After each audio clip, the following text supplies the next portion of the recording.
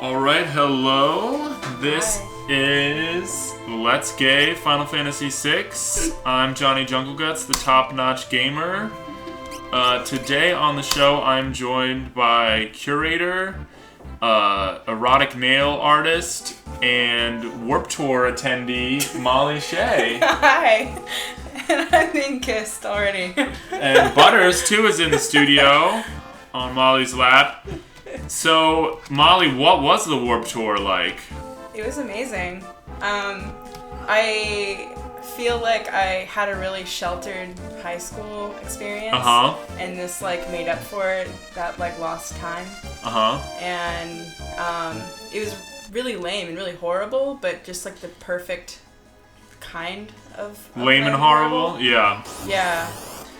So what are the big bands now that the kids are listening to at the Warped Tour? I don't even know what's going on. The only one I recognized was Riff Raff and... Oh, Riff Raff was in attendance. And Simple Plan. Simple Plan, yeah. But yeah, everything else is just a bunch of scene yelly kind of things. Okay.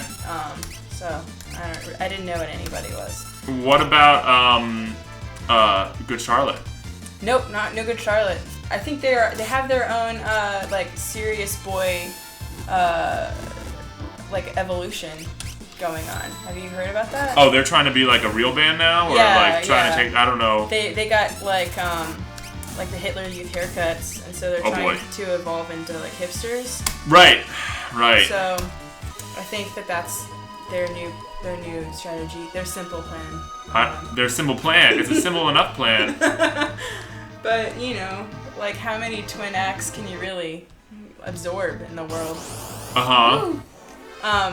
So what's going on with this game? Are you just fighting? Well, I'm kind of annoyed right now because I wanted to go back into this mountain and get this hyper wrist. I don't even know what that does, but I know that I didn't get it. And there's a soldier from the Empire blocking my entrance into the mountain. So I'll have to come back and get it at a later time because this guy is blocking me. He also kind of looks like he has boobs, maybe. Maybe it's a gal. Maybe it's a gal. Could be. It's not specifically stated, but she keeps chasing me out of the mountain. Ugh, that's crushing. So basically, the premise of this game is that you fight squirrels, and the government is trying to reverse engineer magical creatures to make weapons. Really? That's what Final Fantasy is all about? That's what this Final Fantasy is all about. Okay. And you're part of the resistance movement that's trying to stop them from doing that. So is it Secret of Nim then? Or... I don't know Secret of Nim. Explain the plot of Secret of Nim to me. So I think what had happened was that they can all talk because they've been messed with scientists. But it's been a while. I don't remember really what it's about. I just remember lots of tortured animals and the 90s feelings were happening. Oh yeah. But yeah, I don't really...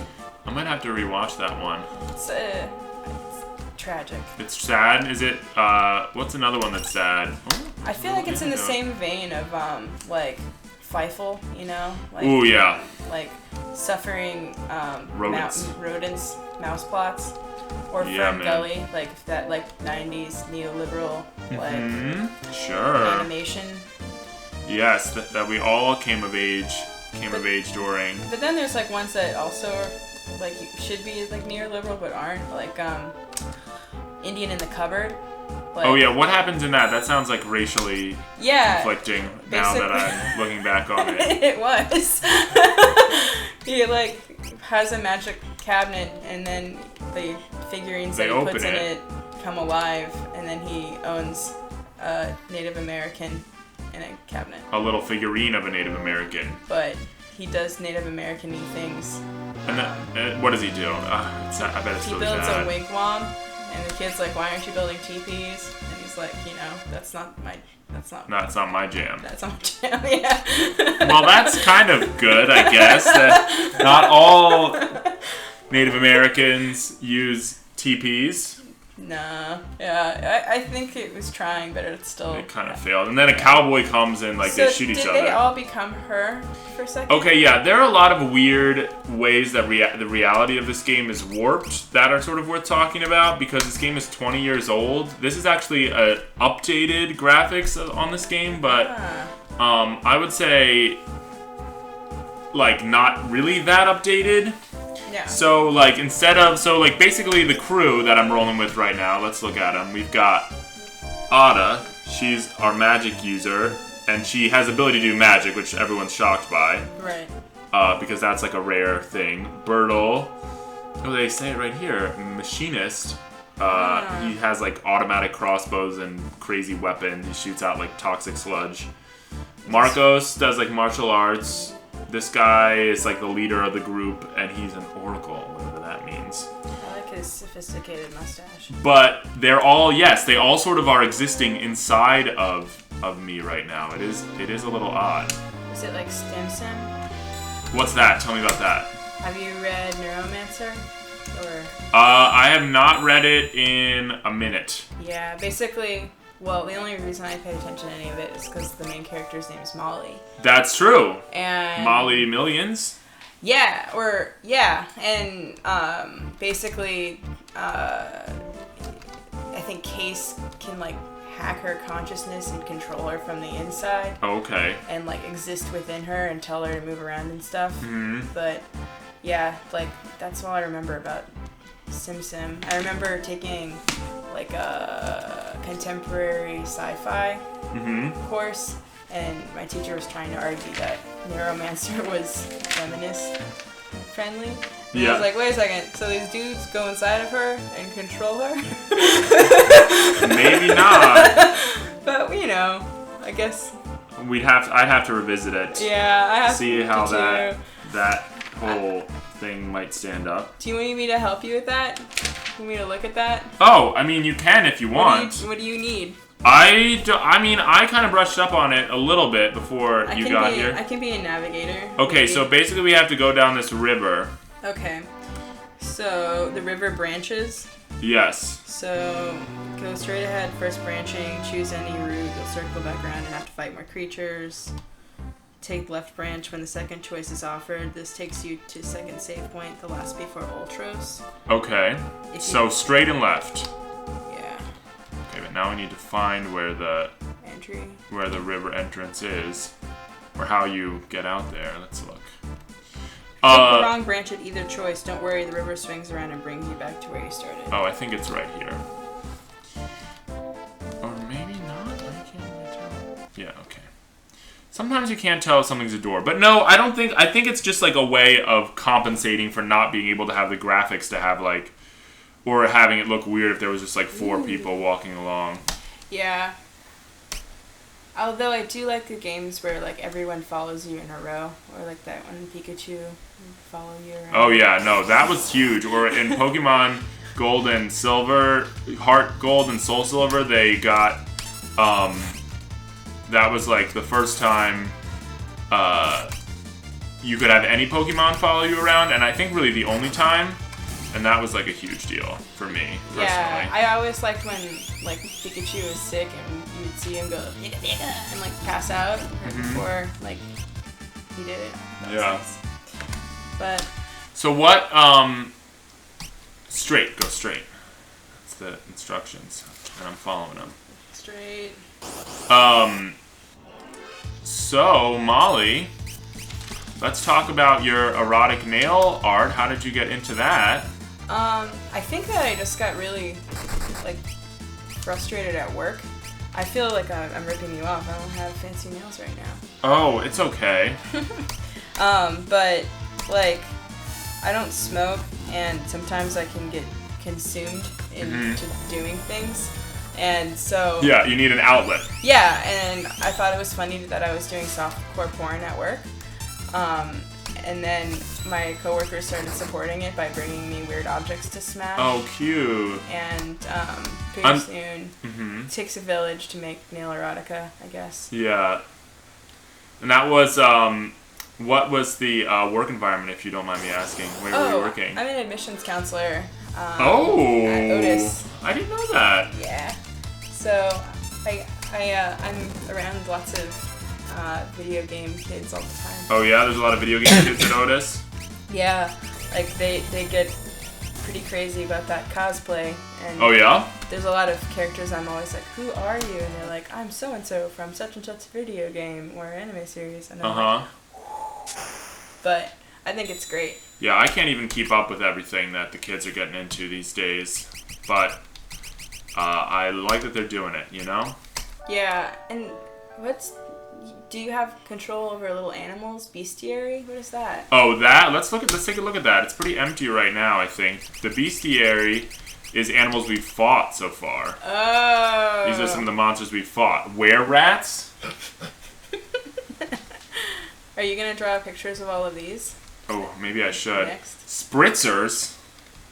It drops a potion, and it's weak against fire. It absorbs lightning. It's undead, strangely. Whoa. And it's immune to all these different things. That's pretty cool. A leaf bunny.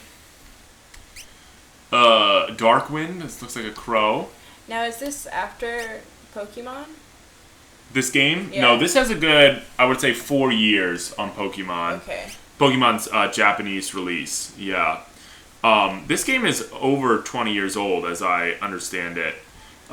These graphics make it look a lot better. I always say that if you look at the old versions, it sort of looks like a cave painting a little bit. Because video game graphics have gone so up since the, because there's so much money in video games, it's just been able to improve in leaps and bounds, you know? So somebody, okay, correct me if I'm wrong, somebody took this video game and then basically made it look better? Yes, but only slightly.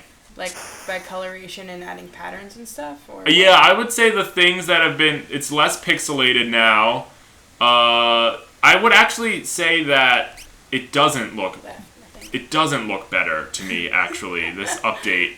It's a little too colorful. The original version had a nicer grit to it, and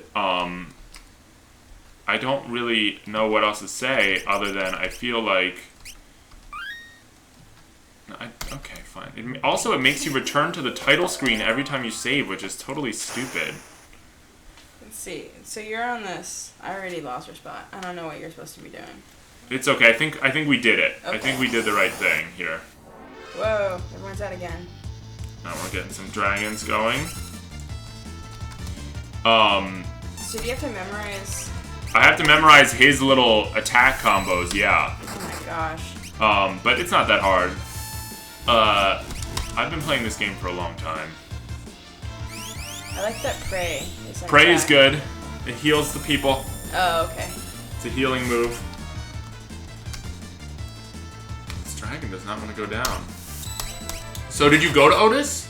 No, I didn't. Where'd you go to school? I went to School of the Art Institute of Chicago. Oh, Chicago. Yeah. For 4 years? Mm-hmm. What did you study over there? Well, performance, I guess. Installation. I made a lot of video installations when I was there. I was really into how technology and performance works. Mm-hmm. So lots of projecting ghosts and stuff. And okay. Weird junk. But the program was just general art. Yeah, like BFA. Art. If I wanted to, I'm sure I could have gone into a specialization, but oh yeah. I didn't really want to do video or anything like that. So I just did with art. But yeah, it was cold there. It was cold there. It was cold there. It's cold there now. What did you like Chicago though, or do you really like LA a lot better? I think it took Chicago for me to learn to like LA better. Mm-hmm. If I had stayed here, I probably would have been pretty jaded and burnt out on it. Yeah. But when I went to Chicago, I realized how much I missed LA vibes. Sure. And I really cracked my last year and painted my room orange and got super nostalgic for dude culture. Oh, sure. I mean, if you're going to Warped Tour. Yeah, I made a bunch of Keanu Reeves art. Oh, yeah, you love Keanu Reeves. I love Keanu. Now, where did that obsession begin with Keanu Reeves? I was reading a bunch of really horrible essays in college that were, like, painful, and I had to dumb them down for myself, so I would compare everything to Keanu Reeves. Oh, like they were way too intellectual. Yeah. So, like, I wrote something called, like, Dude Cards about Descartes, and, like, break it down so that I would understand it. Yeah. But then I started drinking my own potion and started to believe that Keanu Reeves was, like, the perfect postmodern archetype. Oh my god. We lost. We lost. We lost. We have to go back and fight that this music's octopus really again. Tragic. It is sad. That's amazing that we lost. I don't think I've ever... What it is... I've jinxed you, haven't you? No, you haven't jinxed a thing. I just was not doing what the strategy guide said, which was to have her heal just Bannon every time. All the time. So you have to keep healing this person. Yeah, I need to be just... All I want Ada to be doing is healing Bannon, and the other two can deal with the attacking, but her strategies should just be on healing. Is that the monk guy that you're healing? The Oracle, yes. Okay. The monk... This is the monk. He looks more like an oracle, and the other one looks more like a monk. I know, I think it's a translational thing that in Final Fantasy they always identify people who are good at martial arts as monks. I think it's something to do with Shaolin monks or something like this. Okay. I'm really not sure, but it's consistent throughout Final Fantasy that someone who is good at martial arts is identified as a monk. Well, that makes sense, I guess. I like that she gets hit with tentacles. Yeah, he's hitting us with the tentacles. This guy is like sort of a recurring villain in the series. He's sort of like the comedy piece because he talks about seafood soup all the time. People really... Oh, she died. Okay. Oh, no. Let's heal her with a Phoenix down. And so, what would have this originally been played on then? Super Nintendo. Okay. The Super Famicom. I feel like I missed out on so much because I wasn't allowed to play video games as a kid, except for Game Boy. You weren't allowed to play video games. Yeah. Now, let's talk about that. Why were you not allowed to play video games? What was the logic there? My mom said I had enough distractions. She's like, it was kind of like growing up with Frasier as a mom. Like, okay. She's an opera singer. Okay. So she like, I think it was just like I'm not gonna have video games sullying the environment of my home thing. Yeah, let's talk about that because it's interesting that video games, which are to me simply another format for narrative for creative expression, often they get that label that they're just trash, right? Yeah. That's so but I think it's changing now that we are now adults. The people who grew up with video games. Well, I think it was also like the time frame when like there was lots of violence in video games. I mean, there still is, and I think like a parent should be wary of that, you know. But I also think the medium is definitely rich. Oh my god. Oh gosh. I didn't do anything wrong. And we still lost. I still did what I was supposed to do every single time. What event are we at? Here, this is what I'm gonna do. I'm gonna use a tent right now. And let's see if that gets us where we need to go. Pretty little tent. Yeah, I think that like it was funny though because I was allowed to go play video games at other people's house. I think it was just like where she wanted to draw lines or something. Sure. Like, cause you know, like, I would just blaze through all sorts of other phases. Like what? What are we talking about here? Let's see. Did all sorts of, like, weird sports stuff when I was a little kid, and then I did art stuff, and then I got really into comic books, and then I got... What were some of those? What comic books were you really into as a kid? I was really into, like, lots of, like, X-Men related things. Yeah. Like Uncanny, all the ultimate streams that kind of would cross over in between each other. Yeah. And then like I'd have a couple of like ones that didn't have like plots you'd have to follow. Like I think Justice League was just pretty like boring, whatever. Yeah. You can read it or not read it. Right. Exactly. Runaways is great. Like I don't know. But yeah, lots of X-Men. I think that kind of started the whole like Nerdville for a bit. Sure. And I wanted to like draw comics originally. That's what I got into art for. Yes, so did I. It was the exact same type of thing. I originally went to Savannah College of Art for what was going to be a major in sequential art.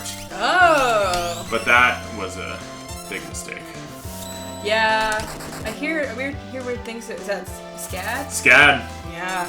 It's kind of like a for-profit art school. Mm-hmm. Like, you basically can never get kicked out, and, like, they just make a bunch of money off you. Like, I knew a guy who had been there, he was, like, in his 3rd year, but he'd been there, like, 6 years, and he wasn't, like, even really enrolled in any classes that semester. You know, just, like, adult babies. Yeah, it's interesting now that I'm, like, on the other end. Like, I hear all these horror stories about art schools, and, like, I look at all their transfer credits, and I'm like, wow, that could have been bad. But they've got a huge budget for advertising. SCAD does. Yes, they do. I mean, maybe that's how they got me, you know? But, I mean, don't they do good at, like, sequential art and illustration? No, they do. Like, cool people were definitely, like, visiting there and, like, doing stuff there and, like, all that type of thing. So it was, like, not, like, totally ridiculous that I would go there, but it just, the vibe of the school was just not for me because I'd gone to a small school. Where did you, did you grow up here in LA? Yeah, I went to LACSA. I went to, like, art high school at Cal State LA. Oh, yeah? So, I lived in Highland Park and took the Gold Line in. And that was, like, you were into that? Yeah, I like the school. Yeah. But it is weird because I went from, like, Episcopalian middle school to art high school. And, you know, tried to stay out of trouble. Sure. And then embrace trouble when I got to Chicago. Yeah, it's funny how, like, being a person who, like, kind of actually liked high school. Yeah, because you went to Idlewild, didn't you? No, I went to a Quaker school called Westtown. Okay. It was like a hippie utopia type of a vibe. Oh, okay. And so that was, like, really great for me. So it's always interesting talking to people who liked high school. Yeah. I think it's strange because most of my friends aren't from high school now. Like, oh yeah, there's still like huge packs of like the LACSA kids, and then like LACSA kids will like pop up that I didn't know were LACSA kids. Mm-hmm. Like Justin Green to LACSA, and like he was like before me and stuff, but like they're still kind of around, and I'm glad that I'm not in the high school packs, you know, where they don't leave their little. Yeah, there's still people you know who are like living in that high school. Yeah. World. Wow. And it's funny because I've recently become like pretty good friends with my high school enemy. That's cool. And it is totally like storybook. Like, oh wow, like you were such a jerk, and now you're someone I like asked me to help move. Like. Now, do they recognize that they were your nemesis? Yeah, at one they point? do. Yeah. That's amazing. She's funny. And she's also like totally changed a lot as an artist too. Because I remember when we were in class, she would do like hardcore like queer Harry Potter erotica. Okay. And there are worse things, but no, it was great. I loved like looking at what she was drawing in history class because like you know beat whatever our teacher was talking about. Isn't that the worst though when someone you sort of that treats you horribly is really good at something? Oh, that's what made it even worse because she's a great artist, and I think what it was is I've got one of those personalities that kind of reflects the situation, and so she was like the negative Nancy, and so I'd always be the optimistic bubbly one, which made her hate me more. Oh yeah. So like it was kind of that horrible little circle going over and over and over again. Yeah. But, like, it's kind of nice when you're the bubbly person to someone who's, like, always, like, permanently scowling. Yeah. Because it's like, oh, I get to be the fun one. But, yeah, it's strange because I still run into a lot of them, but when I came back, I didn't have any, like, packs anymore, or friends. Sure. So I had to really kind of hustle for, like, meeting new groups of people. And how did you do that? I think a lot of it had to do with moving into East Side and then, like, exploring Chinatown, actually. Like, I got a job on Bernard Street when I first showed up. Mm-hmm. And then I would go to human resources shows and, like, walk around and see what was going on. Mm-hmm. And then grew from that group. And then the one friend from high school that I was in contact with introduced me to her boyfriend at the time, Jared Baxter, and then Jared Baxter and I became really good friends and met more groups. But yeah, it's interesting. I'm always much better friends with the imports of LA than, like, the natives. Sure. And but you are a native. Yeah. So that is really strange. And how long ago was that you graduated college? Almost 5 years now. Mm-hmm. Yeah, it's about the same for me. It's crazy feeling like more time has passed since, you last were in school than sort of like... What's going on? Are you being blessed by Moog? So basically, Moog is good. Basically, at this point now, we beat it, finally. We beat the awful tentacle monster, the octopus that was giving us all that trouble. Mm-hmm. And the storyline is splitting into 3 paths. One is this guy, and I think and so we have to choose which path we're going on, and I think I'm going to choose this guy's path, because I think that's what's next in the strategy guide. Needs to escape. So basically, he's been, like, doing, like, little acts of sabotage on the, Empire. This music's really sad. Yeah. Yeah, see, this port, it's not as grimy, the color palette isn't as grimy as the original, and that's sort of, like, the problem I have with it. Oh, I like that. Rich people's homes always have secret passages. All right, let's see where we are now. I think we're on to... Is this Figaro Castle? No.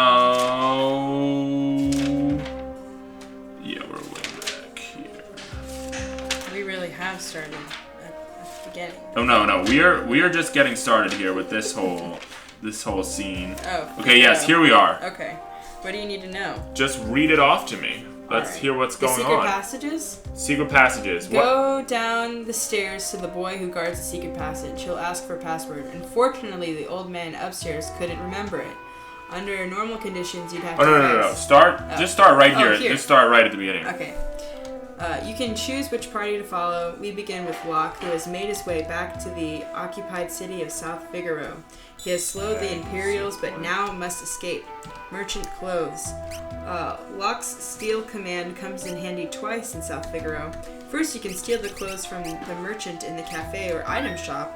Then later, you can steal the uniform from the Green Imperial Guard. Use the steal command until you succeed. Okay. Alright, so first we need to steal whose clothes? It is the merchant in the cafe or item shop. Okay, let's go find that. So you were the curator of Perform Chinatown. When was that 2014? I was 15 last year. That was just this last year. How did you get that gig? Do you know Paige Weary from Good Luck Gallery? I do not. I was actually having a very Chinatown day. I went to go help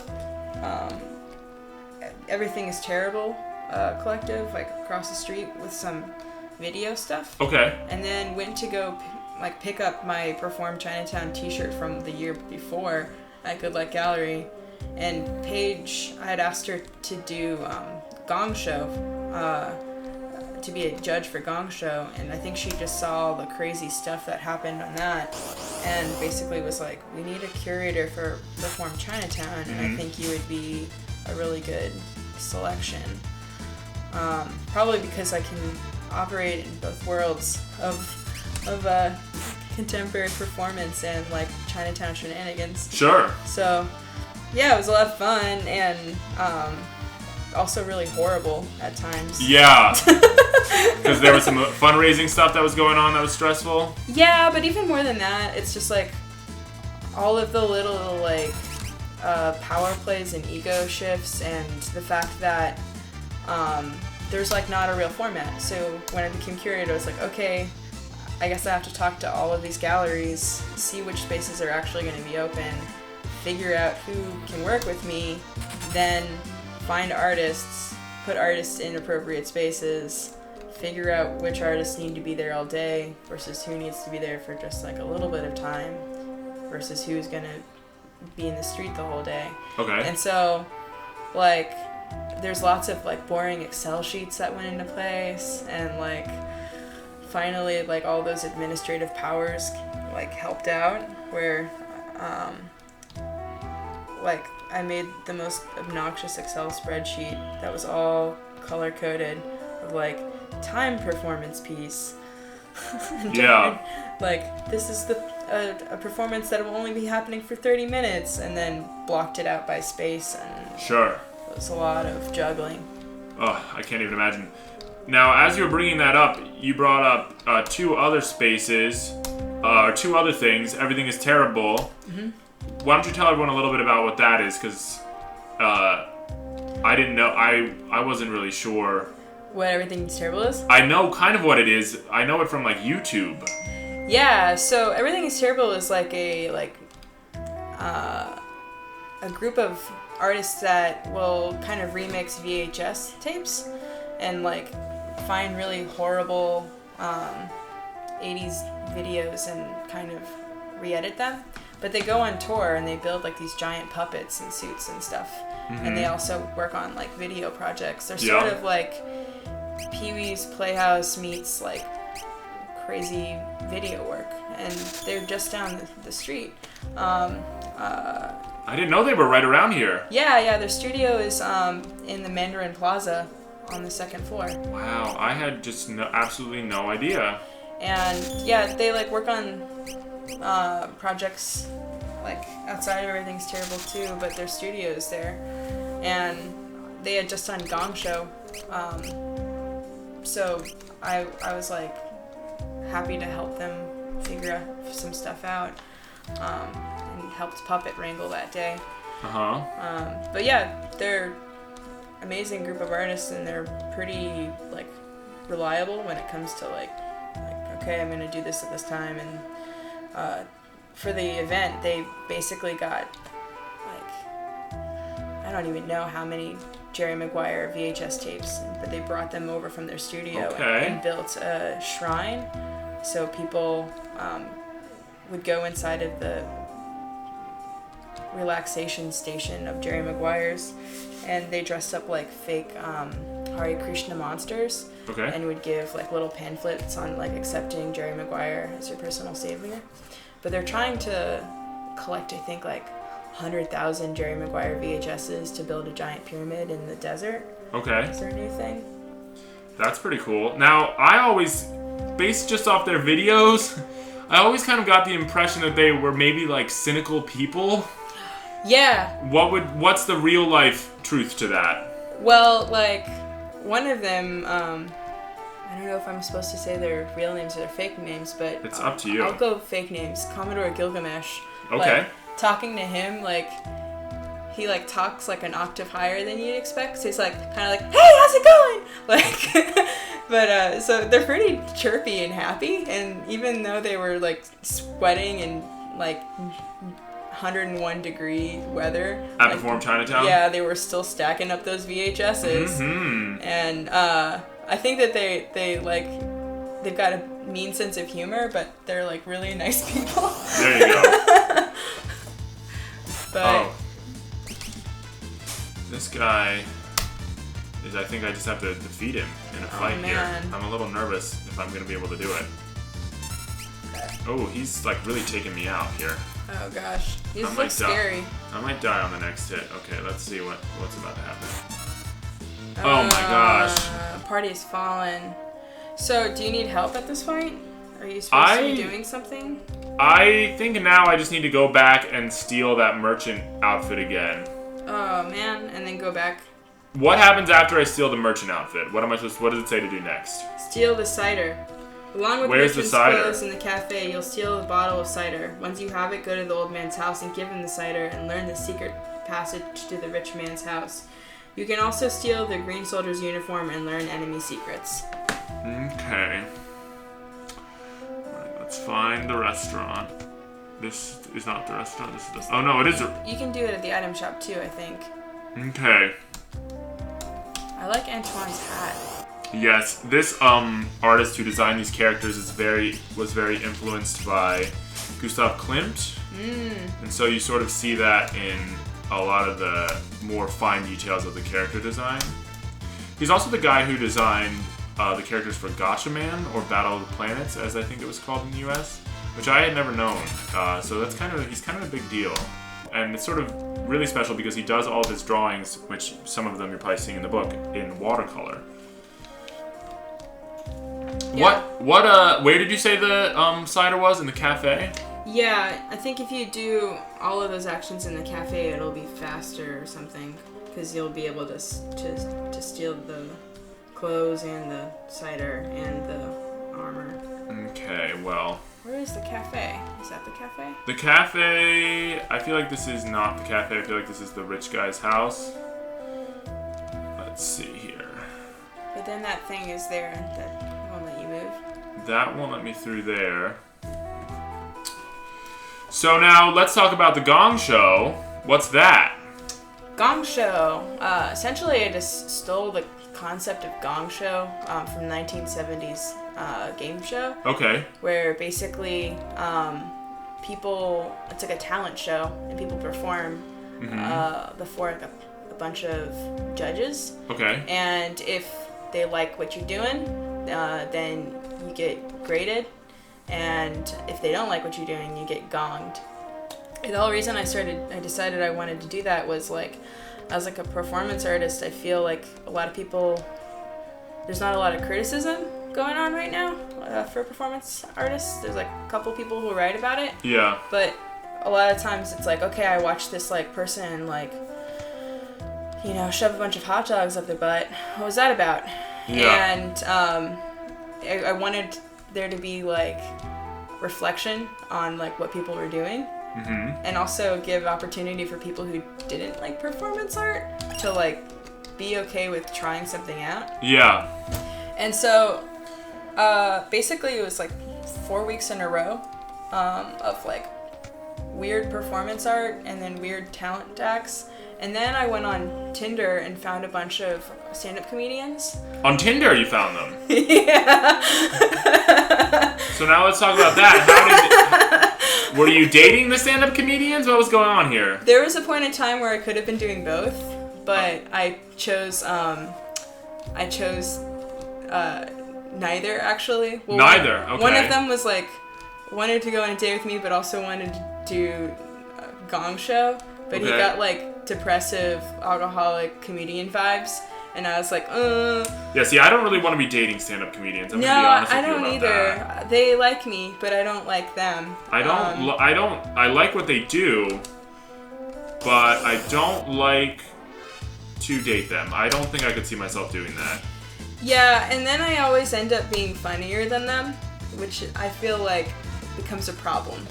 Because I'll like come up with puns faster. Yeah. And then it's like a machismo thing.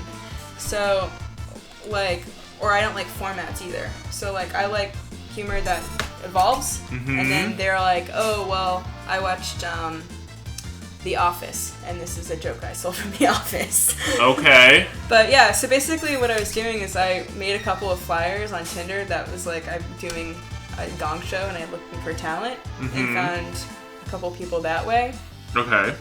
I actually know Kyle through like weird, horrible art project I did with like using dating apps.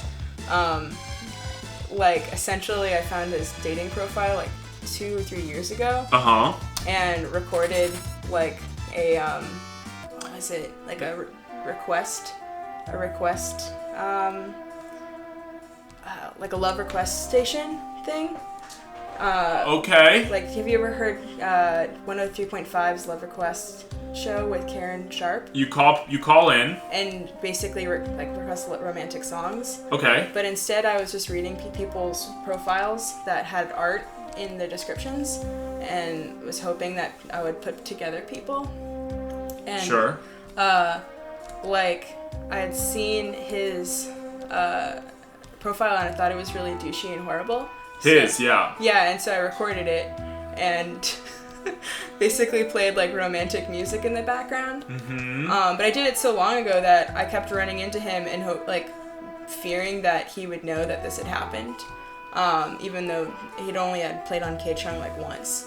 Yeah. And eventually, like, I came clean because I actually went to Gong Show for some reason, and then he basically proposed like the most horrible like performance for Gong Show ever. Yeah. And that's how we became friends. And I was the judge of that performance. Yeah. And do you want to describe that performance to some of our listening audience? Yeah. So essentially, the proposal and what actually happened ended up being like verbatim, which I feel like never happens, and that was exciting. But essentially, he dressed up like Rob Thomas and had a friend dress up like Santana, and they played Smooth. Yeah. And they basically sang along to the song for a little bit, and then 4 people wearing president's masks lined up behind them. Right. And then they dropped trowel, mm-hmm. and they danced and sang some, and then they dropped underwear, and then they grabbed their wangs and pulled them up, and then Kyle/Rob Thomas went and sniffed all of their scrotums. Right. And described in great detail what the smell was like. Yes. And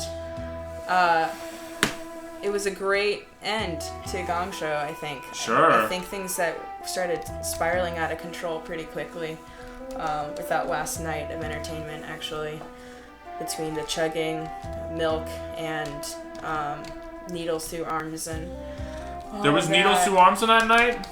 I think so. There was like a magic act where someone put like a needle through their arm. Did you see that? I don't know. I didn't see that. I don't know that I saw that. Yeah, I wasn't on the same night. Maybe this person has cider? Yes. Yes. Steal it. I gotta get the cider.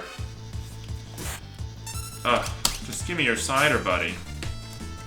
So, but now you're friends. So would you say you enjoyed the horribleness of it, or were you just completely disgusted? No. I think that is what made me realize that Kyle was not as douchey as his. That it was sort of like a joke.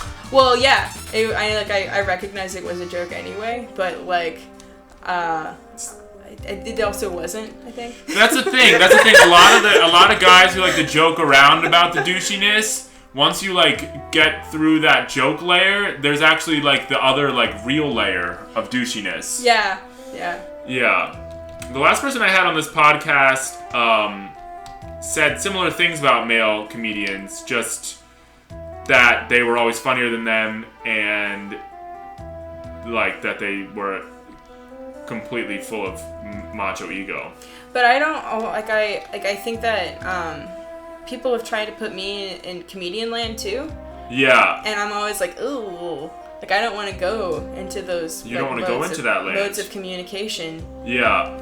And even with like the postmodern like comedy shifts, it's still not enough to kind of make you want to go there. Yeah, I feel like there's a lot of branding that happens with comedians where people are like, I'm the kind of person that tells jokes about their mom, and I like, I went to a lot of liberal arts schools and I have a really fancy degree, and that's my vibe. Or like, I am an Italian guy and I grew up in a small town and I don't understand all of you city slickers. Like, I feel like you brand yourself off after your like own life, but you're not really the authentic version of yourself. I see what you're saying. And I think that's uncomfortable and limiting. Sure. And then like you have to have a shtick. And also, I get really bored when people find their perfect set, and then they just like, they spend all that time with the perfect set. They get there, and then they just tell the same joke over and over and over again. Right. And it's like, well, why? Well, that's it? That's all you have to offer is this, like, 15 minutes of personal narrative? And, like, I like the elements of comedy. Like, I do like, kind of, like, pushing yourself through, like, humiliation in order to overcome stuff. Oh, good. You got me. I'm drunk now on cider. Mm-hmm. But there's something kind of weird about it happening on repeat. Like, everything's the same all the time. Like, you have to relive personal humiliation or something. Now, before we get into this next underground passage... Do you need help? Could you tell me if there's anything that we missed? No. Okay, so now you're gonna go downstairs to the boy who guards the secret passage. That. Did you steal the soldier's uniform and learn enemy secrets in the cafe? No. I did steal the soldier's uniform, but I didn't learn the enemy secrets. So maybe I should go back and try my hand at that. But then you'll be ready. I think the soldier's uniform is back up here. Let's see if we can find it. I hear what you're saying. I feel like I've had a similar conversation with Sadie Benning, who's a visual artist, about being in a band. Yeah. She doesn't like basically performing the same music every night for people. Like, that is frustrating to her. And like, I imagine when you become like super famous and people only want to hear the same 3 songs, that can get maddening. Oh yeah. But you do, as a fan, sometimes, I mean... You gotta do it. You do want to hear those 3 songs, kind of. Yeah, kind of, yeah. You gotta admit that as that audience member. I mean, not 3 songs, maybe. I mean, maybe... It just depends, because a lot of times, whatever that new thing they've made just isn't as good, you know? I remember Mandy Moore was doing this thing where she would come to your high school and sing songs if you like made a video on PhotoBucket, and I was really considering doing it in high school just because I thought it would be funny.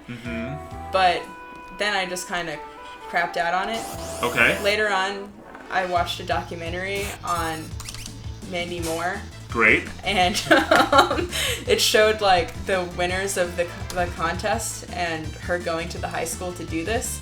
And everyone just yelled at her, like, we want to hear Candy. And she wanted to sing all of her, like, sensitive, I Just Broke Up with Zach Braff songs. Oof, and, like, ew. Really I mean, I would want to hear Candy as well. Yeah.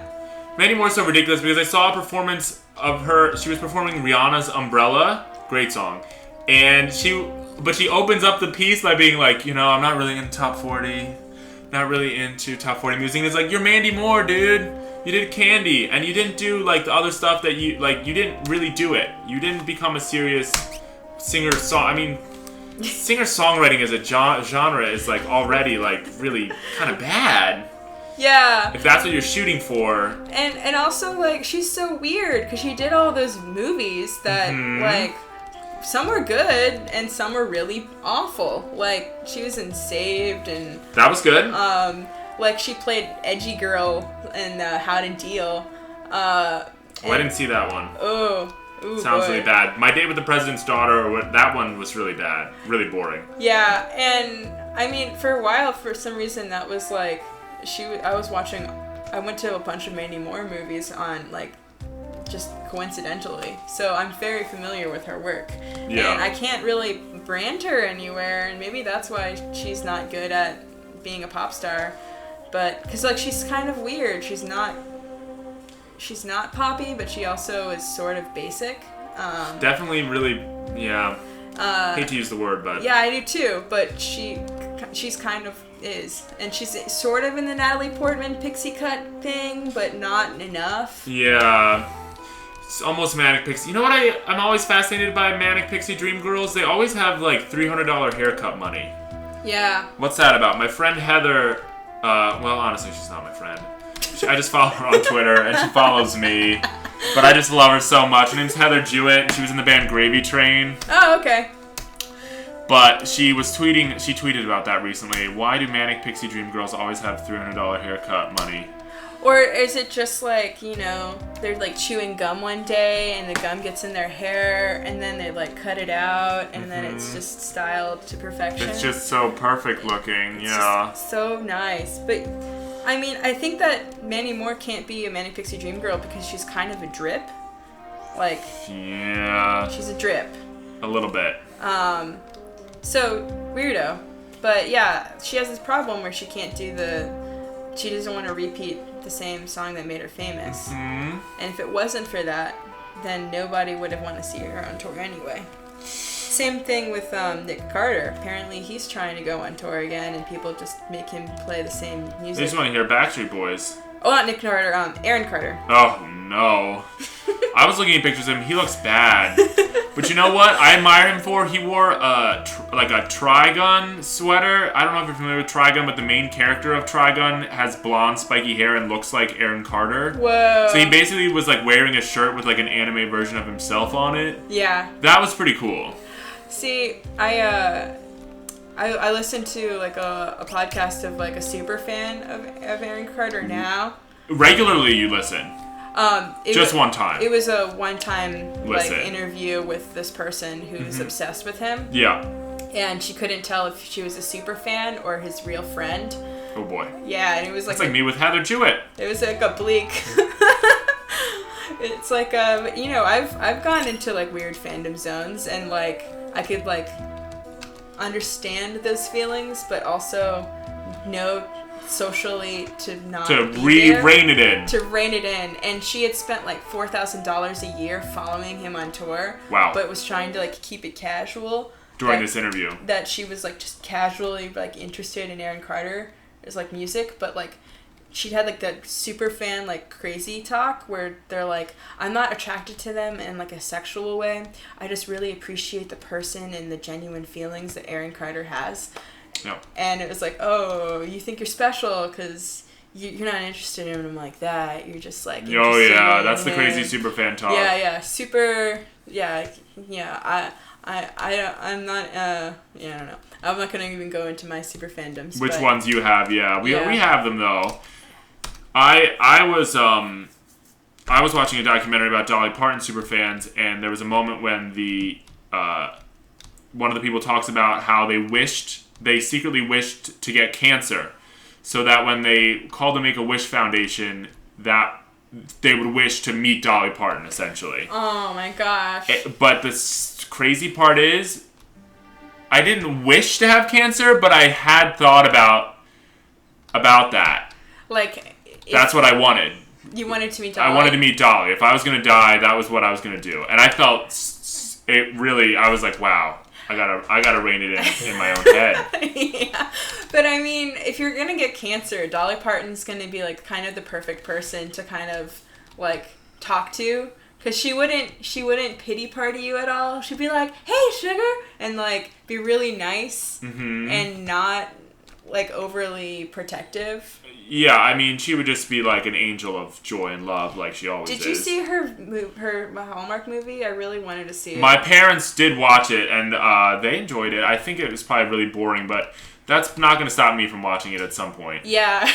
I wanted to watch it, and then I thought my parents would TiVo it for me, and they did it, and I was actually really upset for like a day. Yeah, the thing about it is that... she's making, like, tons more. Like, this is part of just a series of Dolly Parton Hallmark films. So once she starts, like, the ones I'm really excited for is when she finally gets to leave that Tennessee Mountain home and go and be, like, a 9-to-5 kind of lady. Like, try when she's making it in Nashville, because that is a time that's very interesting to me. I would like to see that portrayed on the screen. I feel like, The most I know about Dolly Parton is all from that Drunk History episode of Dolly Parton. Oh, I haven't seen that. I'll have to watch it. It's pretty good. Who plays? Is there any famous people in it? Did you ever watch Happy Endings, the TV show? It was like... No, I don't think I ever did. It's kind of short-lived, surprisingly funny, despite being kind of crap. Okay.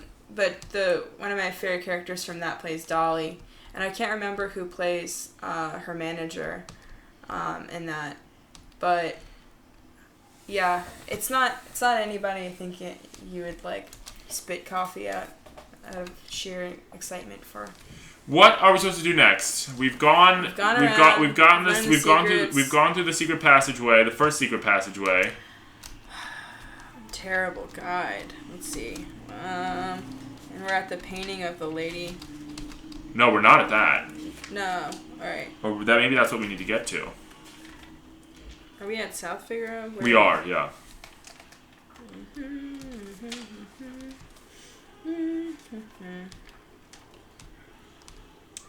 Wait, no. Maybe there's more I can do. But Okay. So,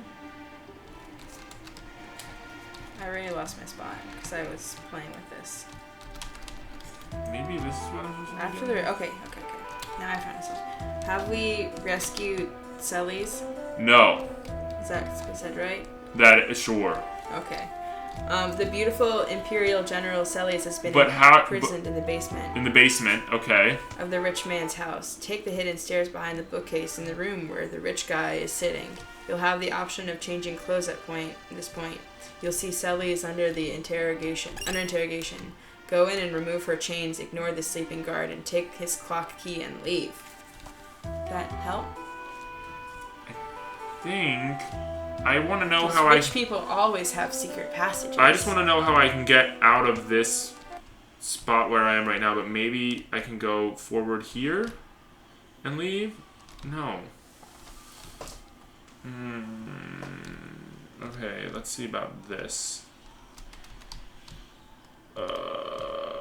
Okay.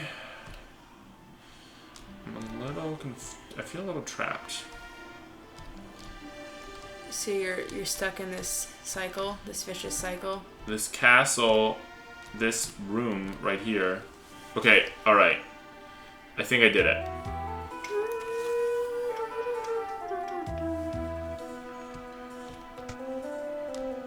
Okay, there. The little boy shows me the secret passage.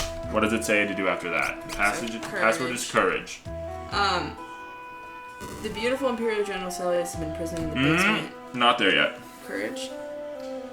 Okay, the passage is courage. Okay, so I'm going down here. She's been imprisoned in the basement. How do I get into the basement?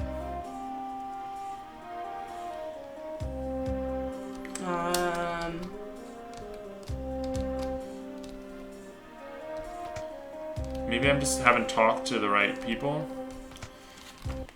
I just gotta go... Talk to her. Talk to her? No. I think this has to be... It has to be this guy. Go upstairs. It looks like you'd have to go to this bedroom. Okay. Oh, okay. Let's see here. It's very quiet. Alright, here's the guy. He gave up his information. Count to the Empire. All I could think of was money. Oh, yeah, I can hear that sound of... Rustling, wind. It's behind the bookcase. There we go. Hey! Alright.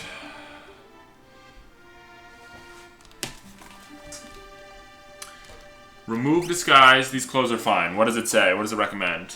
I mean, you have the option. It doesn't say. I'm saying these clothes are fine. Oh, I know I've seen her before. Wait a second.